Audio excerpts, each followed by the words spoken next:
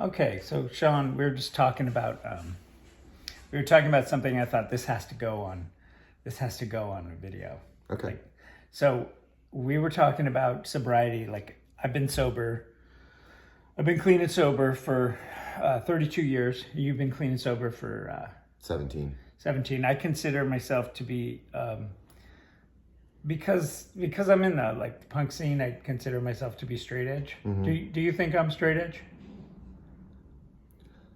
I mean, honest criticism. You know me. I think that you could claim edge.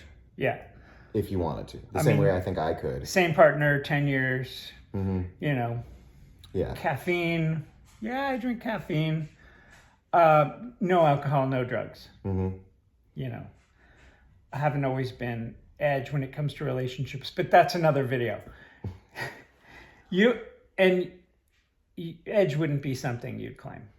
No, I wouldn't. In the 90s, I kind of felt like the straight edge scene took a very toxic turn. Okay. And so just, it's not something that I culturally feel would be appropriate for me. Right. You know, I'm not as hardline about things. Like, I drink caffeine. Yeah. You know, occasionally I'll have a cigarette. Yeah. Yeah. Gross. To me, that's just disgusting. Every once in a I while. try to drag off one. It's like, oh no, ew. See, I'm like, ooh, that's sick. tasty as I feel fuck. sick. I want to barf. Yeah. I want to barf on you. If you ever do that around me, I'm going to barf on you.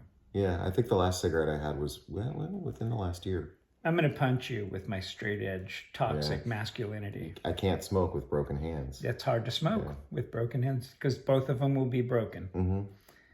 When I'm done with you. No, the real question was the real question was under what circumstances I was sharing with you about because I don't drink or take drugs because I'm an alcoholic, and I'll do it alcoholically, I can't I'm just gonna go with it, and I was saying if I were to own a brewery, I would just drink, right? You would just drink because you'd be making beer and that would be great.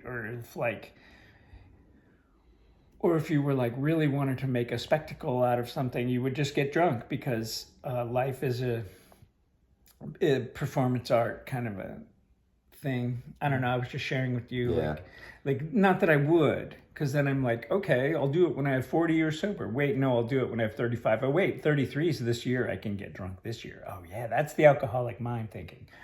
So then you were saying the circumstances under which you... Yeah, the circumstances in which I would drink. Asteroid is coming in 4 hours. Which is plausible. It's going to hit the Earth. And I was saying, I'd go to the liquor store. I'd get a bottle of probably a bottle of really nice vodka. Nice vodka, what's that? I don't even know anymore. Something that's okay. I mean, to me, nice vodka when I quit drinking, because I quit drinking at 27. You'd go by price. Yeah, I went by price back then. Well, and I was a pretty low bottom alcoholic, so Absolute was high. Oh yeah, that would be then. yeah. But I'd get something nice, and I'd go up on top of a roof, and I'd just kind of wait for the end of the world. Okay. And for me, pack of cigarettes, yeah. So gross. Just fucking just be up there by myself, just kind of watching things end. And for me, quitting drinking was all about consequences. I was done having the consequences of my alcoholism. If an asteroid's coming in 4 hours, there's no fucking consequences. We're all just going out. It's over. So yeah, that's how I would end it. I guess you'd have a lot more time with an asteroid scenario rather than seeing a mushroom cloud in the distance. Because then that wave is just going to come and we're all vaporized. Yeah. There's no time. Yeah, there's no time to run to the liquor store. Right. I mean, unless I was currently in a corner store and they were and then I saw the mushroom, and I'd just take the bottle and walk out.